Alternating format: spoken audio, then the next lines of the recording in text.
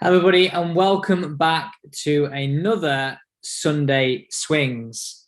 It literally feels like this last week has flown by. I guess for a lot of us, it probably hasn't because for a lot of us, we're trying to feel as though it's the night before Christmas tonight.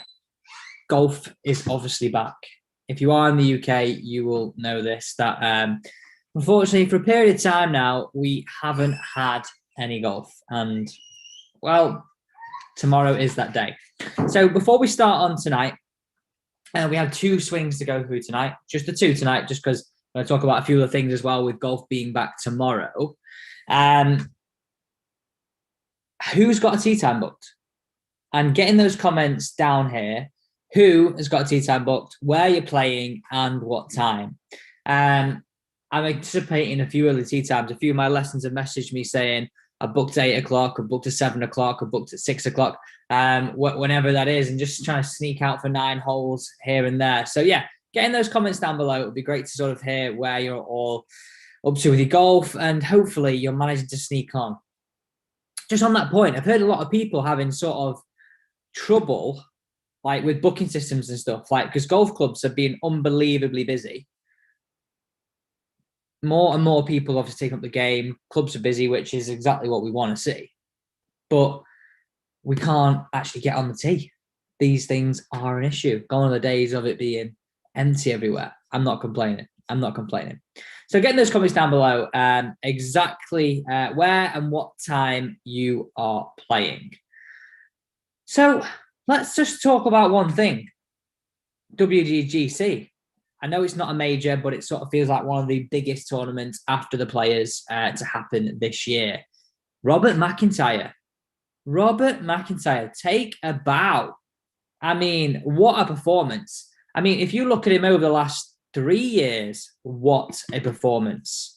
He's actually pictured here with a caddy who originally started with Brooks Koepka, and Brooks Koepka was out on Challenge Tour. So he's got someone with good knowledge on the bag, good understanding, and the ability to hopefully hone in on some big wins or even big finishes in the coming weeks. The Masters around the corner. And by the way, I think that's like 12 days away.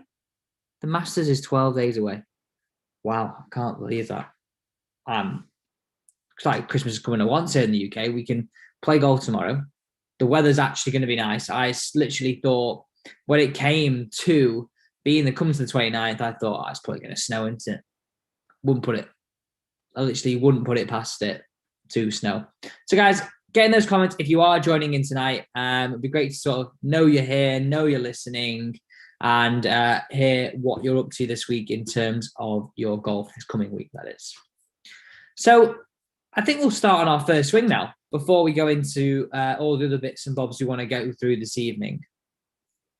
And, I nearly forgot to say, keep your eyes on the videos tomorrow because there's a new giveaway, brand new giveaway. I teased this on the videos from last week, and we have a really cool giveaway. Actually, no, not just one. We have 4 giveaways on tomorrow's YouTube video. So anyone in the world can enter this, so make sure you stick around to have a look at this. So Carlo's put, of course I have, I'm played in Bubicon. Sorry if I'm saying that wrong. At 5:40 p.m. Fun fact, we could play since Saturday, but I wanted to wait for all you guys in England. That is unbelievable. That is what we like to see here. Carlo, take a bow. That is unbelievable. Andy, you put, hey Alex. Andy, welcome to the chat. James Dewhurst put, he's playing 4 days straight. I was speaking to one of my friends, and he's literally booked Monday, Tuesday, Wednesday, Thursday, Friday, Saturday. He did say he's not playing 18 holes each day. The caveat was that he's only playing 9 holes in a few of those days, but that's almost more rounds of golf than I played in a year. Blow me neck. Hi, Jeff. Welcome to the chat. Robert, where are you tuning in from? Because you played yesterday. I mean, a lot of people who are living in Scotland have been able to play throughout, which I'm insanely jealous of. I don't know about this. I mean, someone told me because I'm technically a professional athlete, I'm a PJ golf coach. I wouldn't class myself as a professional athlete like the Players at all, that I could have actually gone up to Scotland and played some golf, but I didn't think that was right. Has anybody got any advice on that? I mean, it's pointless advice now, I guess, because we can go on the golf course tomorrow. But hey ho. Ohio. I mean, it's probably a lot warmer in Ohio than it is here as well, Robert. Saying that, Tuesday, cracking the flags. Okay, so we're going to get into the first swing of today. And we're going to start with Liam Sandstorm. And he's posted in the group chat, or the group chat, I should say, in Simple Golf Tips group over on Facebook.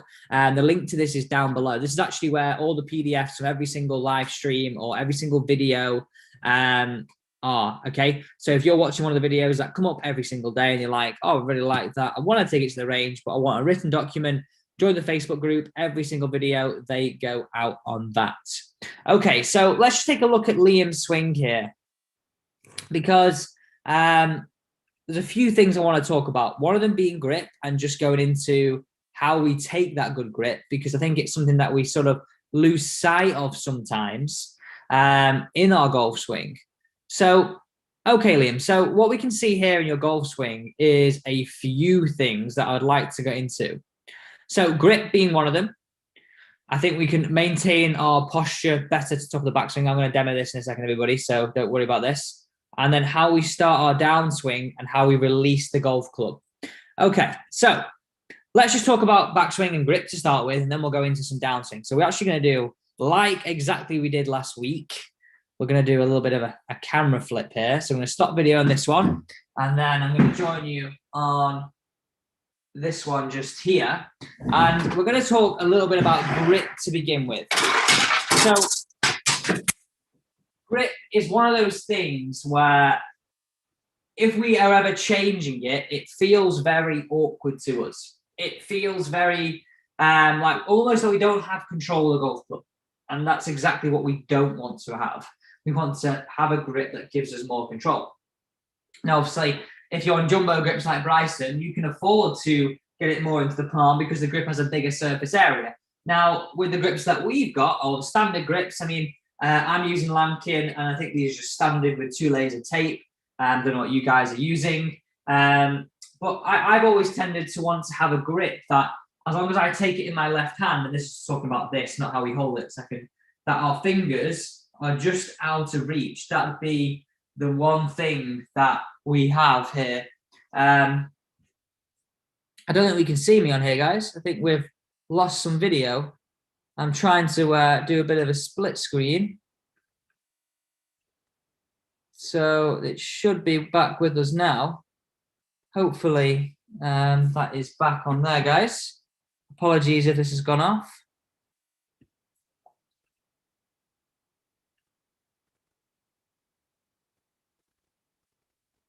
Hopefully we're back on here, trying to be all technical with us here, and go with the split screen. Bear with me, everybody.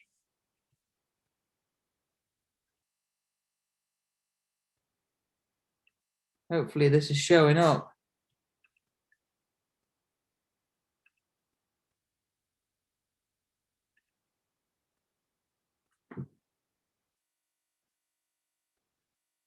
Guys, apologies for this. We're having a bit of technical difficulties on the old camera here.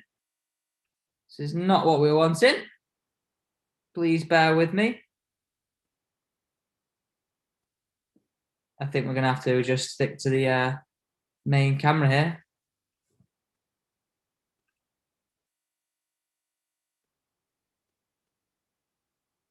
Hopefully we're back. And if we are back, I will come back to this camera, and we'll have to just bear with me on the sort of angles that we get here.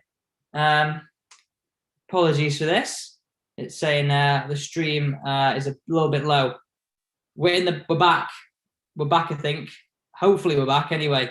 Apologies about that, everybody. So what I want to get into here is grip. I was talking before you couldn't see here. Grip, we basically want to make sure that we've got it in the fingers is a key area. And depending on our grip size, I was ultimately saying here that we're really wanting to make sure when we're taking a hold of this golf club, we have got a little bit of a gap between our finger and our padded area. if this grip on our fingers are really pressing into this area here, we would ultimately know that our grip wasn't thick enough for us. So we want to make sure that our fingers are just be able to touch into here. Now, what I was saying about Liam's golfing swing is his grip looks a little bit weak in his left hand. So what I always like to see here is, and this is going to be hard for me to show you guys, but I'm going to tilt this back and move back out of here. What we're looking to have here is, one, the club into the fingers, and a really nice simple way, and an analogy that I've used plenty of times is get your toe up into the sky, fingers down, fingers on. And as you're putting the club down in front of you, I always like to see 2.5 knuckles on my left hand. And when you're moving that club around, I would want you to feel as though you've got good movement throughout your whole wrist joints, okay? And we've got in a situation where we've got this padded area on top. This is a really good area for us to understand that we've got the grip into a nice hold.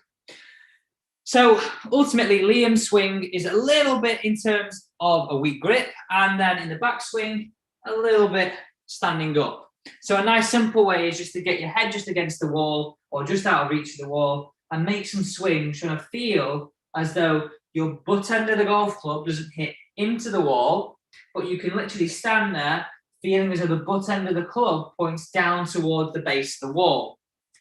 This would be a nice simple way, a nice reference point. If you're watching right now, have a go at this with me now. Put your head again just against the wall and really get that feeling of being able to stay in posture. So something that would look quite a lot like this rather than this way. That would be my first point. Now I want to get into this, and I was really hoping to have that other camera because it would have been brilliantness, but we can do our best on this anyway. So how do we work on that release? Liam's got a little bit of that release where it comes out early and it gets a little bit scoopy. Now, the analogy that I would use is, let me grab my badminton racket. And this is if anybody's in that sort of scoopy situation, okay? So imagine we had a nail on the ground here. I'm going to have to let go of this because we can't put it actually in the ground. But it was into the ground here, okay? We wanted to nail that into the ground. If we were wanting to nail that into the ground and do it only with our left hand, it wouldn't get very much purchase releasing it like this, releasing the hammer like this. We would actually try and really get our purchase this way. Well, what is this doing? This is actually the same positions we're really looking to have in our entire golf swing. We're looking to get that feeling of being able to hammer that nail into the ground with the back of our left hand or lead hand rather than throwing it this way. This is not going to create a lot of power. This really is. Adding a bit of body movement, this really is. So I always want you to do this now, is grab your golf club, just make some one-handed swings, just like this. And I would really start there, just hitting some chips this way, increase the body movement, because you'll start to learn and organize the body movement better to get the best purchase on the chip we can. We'll soon get found out, hit some fats and hit some thins if we start releasing it this way, very much like Liam is in his golf swing. Oof, this is what we're looking for. That analogy of if we had a nail in the ground, how can we hammer it in? Simple as that. Okay, so they're my little tips for Liam there today on his golf swing, and ultimately a swing where that golf club worked a little bit over the top on the way down, a little bit releasing underneath. Use that hammer analogy. It's a really simple way to get that feeling. So guys, I'm just going to come back to some of the comments now because I apologize about the black screen.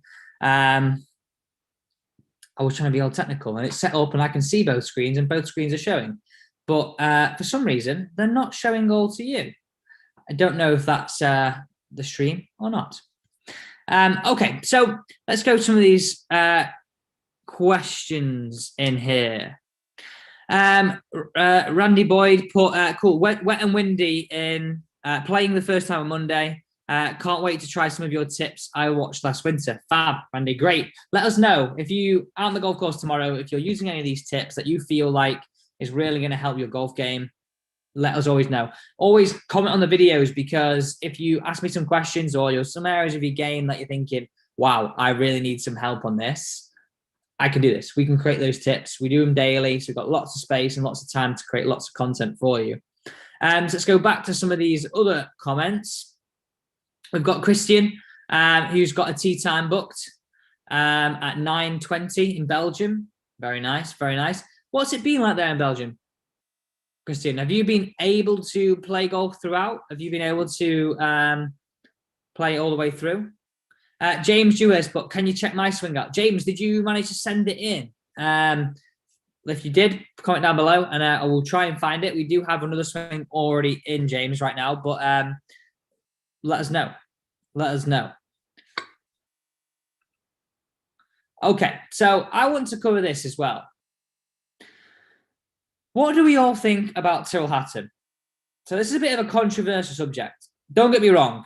I am a massive fan of Tyrrell Hatton. I think he's an unbelievable golfer.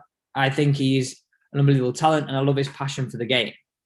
But during that WGC, for me, there was too many moments where, I guess the term that I would use is he split his dummy out. I think if he's one of those people where he's the next person who's going to be inspiring the future of golf, he's going to be inspiring the younger generation or the new generation of golfers, and he's thrown his golf clubs.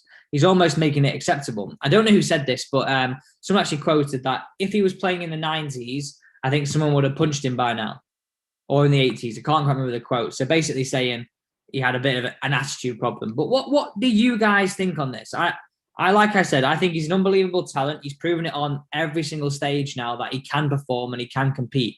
But half of me wants to say if it's part of his personality, if you change that, you're going to make him a worse golfer.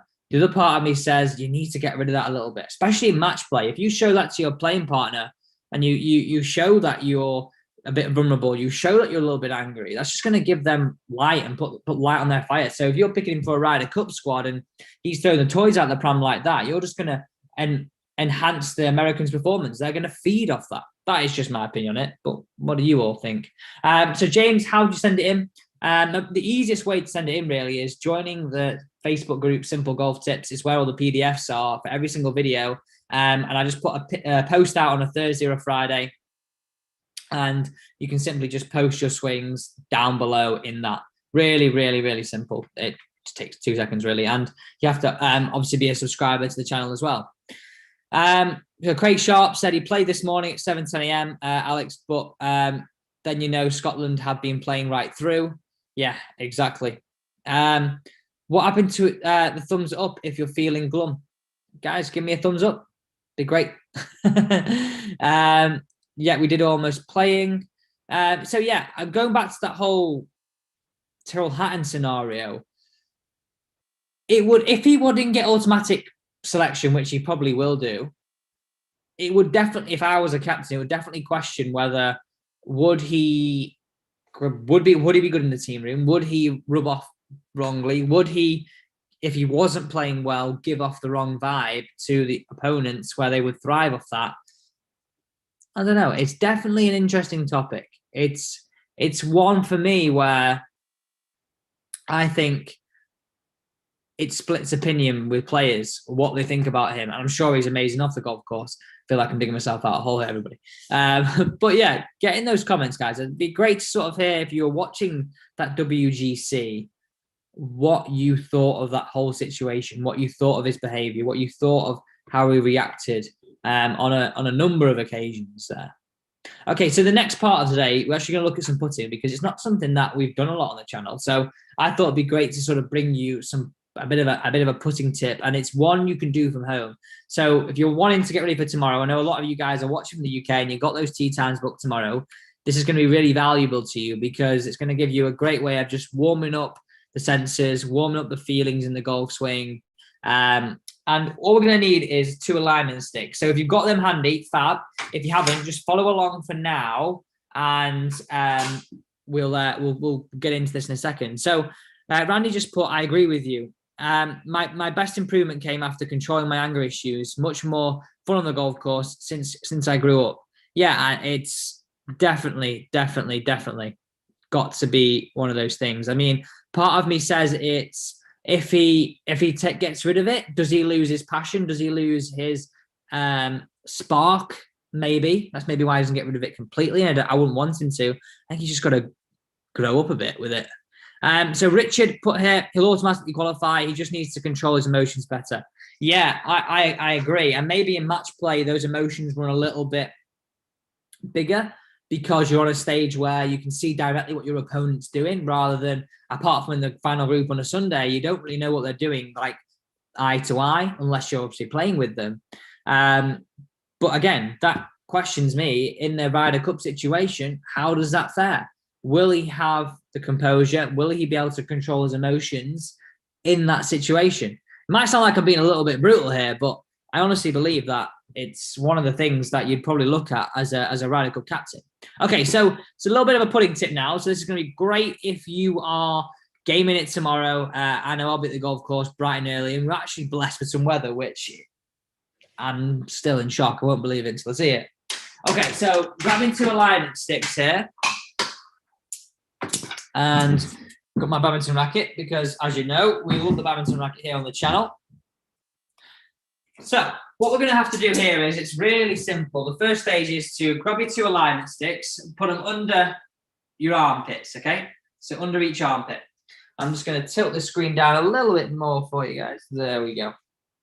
So we're going to put those alignment sticks under our armpits. We're then going to point our palms up to the sky. And I'm seeing my arms here, they're not totally flexed, they're not at 90 degrees through here. They're resting down nicely. So I'm going to go palms up. I'm just going to rest where I've got a little bit of flex in those arms. And what I'm going to do is I'm going to bend over into goal posture, and I'm just going to grab each side of those alignment sticks, keeping my palms up. I just want you to feel, now you just create a nice little rock, keeping the cross in the same space. It's not moving, it's not changing. You're keeping this cross here in the same space. I call it like kind of rocking the baby drill, because this is just a great way to feel as though you'll start moving the putter head from here. We're not seeing puts like this, and we're not seeing those wrists get involved. So I know I've got my badminton racket here, but if you want to grab your golf club, you do exactly the same thing. We grab it in there, put the thumbs on, press it in. Look how much control I've got of this putter head. I can control the speed much better. I can also control the length of my stroke. I can also control the direction of my stroke. Now, from a down the line perspective, what I like to do is, and this, as we all know, putting is a lot on personal preference. We have to feel comfortable over the ball. And I think if you feel comfortable, you're more likely to set this ball in the right direction, the direction we want this ball to go in. So I like to feel as though my lower half is a little bit open to my upper half. So standing over the golf ball, I look very much like this.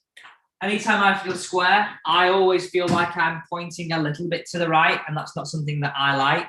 So feeling as though my lower half is a little bit open, a little bit old-fashioned, and I can use this nice simple drill just to rock it away.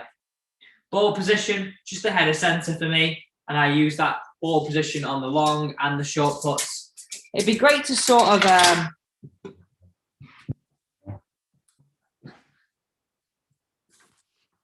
Doogie, do you not like the badminton racket? Just say it. We're not bothered. We all like it on here. Maybe you're the only one that doesn't. The badminton racket out. It's out. Honestly, I know everybody's joking. I think you're probably joking about that there, Doogie, but you've got to understand that if you can control the badminton racket, that is a great way of actually enhancing your club face control. If you haven't got the space to do some putts, you haven't got the space to make some swings with the golf club, that's the second best option that we've got. So yeah, I think that's going to be a great thing to do. If you're playing first thing tomorrow, you want to get a bit of a feeling of learning to rock that golf club again and get that feeling of rocking the golf club again. That's definitely the way to go. Might be a game changer. Hopefully, Carla, hopefully you like that one. I think it's a real simple one. I use it all the time when people come to me for a bit of a putting lesson. Keep it really nice and simple, and putting those alignment sticks underneath each arm, you take a lot of bad tendencies away without even knowing, and you start to make a lot of good tendencies happen without knowing as well. So it's the best thing that we can do. If we don't have to think about a lot, we can always improve our golf swing really, really easily. Okay, guys, so before we finish tonight, there are 2 swings. Thank you, everybody, who sent the swings in. Get in those comments down below. I want to know what you're working on in your game, what tips you would like to see on the channel coming up, because summer's here, golf courses are open. We can now do as much of the golf course stuff as we like, and hopefully it does remain that way as well. I play with iron. I think that's meant to say, Leo. I play with iron. I think that's meant to say. So yeah, get in those comments down below. It'd be great to sort of hear what you guys want to see on the channel. What you've got coming up. What have you been working on in your game? So get in those comments. So I've been reading quite a lot on Golf Monthly recently, and just reading through some of the articles on there. And there's a lot on Rory here, isn't there? In terms of how do we think he's going to fare when we get to the Masters? So Martin said here, good evening, Alex. Would you recommend the shoulders square and level at the dress versus the shoulders open and the right shoulder down? I think, Martin, the shoulders open and the right shoulder down is sort of that old style Jack Nicklaus. I personally go left below right because I like to see the shoulders a little bit more level. But in terms of comfort, I like to feel the lower half's open to the upper half. I feel it just gives me the ability to continue my, I guess, in inverted commas, a rock. I don't necessarily want to feel it being a rock throughout, but that ability to rock the baby, I guess, is a lot easier with the lower half a little bit open in my mind's eye. And it's probably a little bit of an alignment issue as well that I have, that I know I have a tendency to align myself a little bit to the right. So that sort of counteracts that in my swing. Carlo put, I'm working on turning my hips and separating my upper body, my lower body during the downswing. Carlo, it's a tough one, isn't it? I think if you're looking to do that in your golf game, I would definitely be patient with whatever you're working on. Don't go straight in and expect it to look different straight away on camera. Work through it and be patient. And I would definitely go down that gears method. So work it through in a slow swing all the way up to like a fast swing. And you might be comfortable halfway between slow and fast. And you've got to keep building it and keep building it. So Randy put, working on shallowing the swing, gaining some clubhead speed for more distance. Randy, I have a brand new shallowing tip that I've not actually put up before. It's coming out this week. So keep your eyes on the channel on that one. It's a move that we're all looking for. It's something that I am continuously wanting to work in my golf game because I get a little bit steep in transition. So it's not something that I want. Leo put here, Sterling from Tom Wisham, one length irons. Have you ever played these irons? I've not, but I do use one length irons, Leo.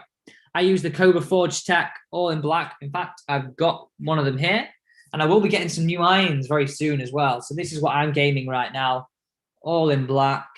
AMT Tour White X100 shafts. That's exactly what I'm gaming in my golf game. I mean, these have been a lovely customer. Lovely. They've worked great for me. I've had them for 2 years now, and I've really enjoyed them. Actually, when I first got those one length irons, I went into them playing like, you'll never get me using them. I'm not that kind of golfer.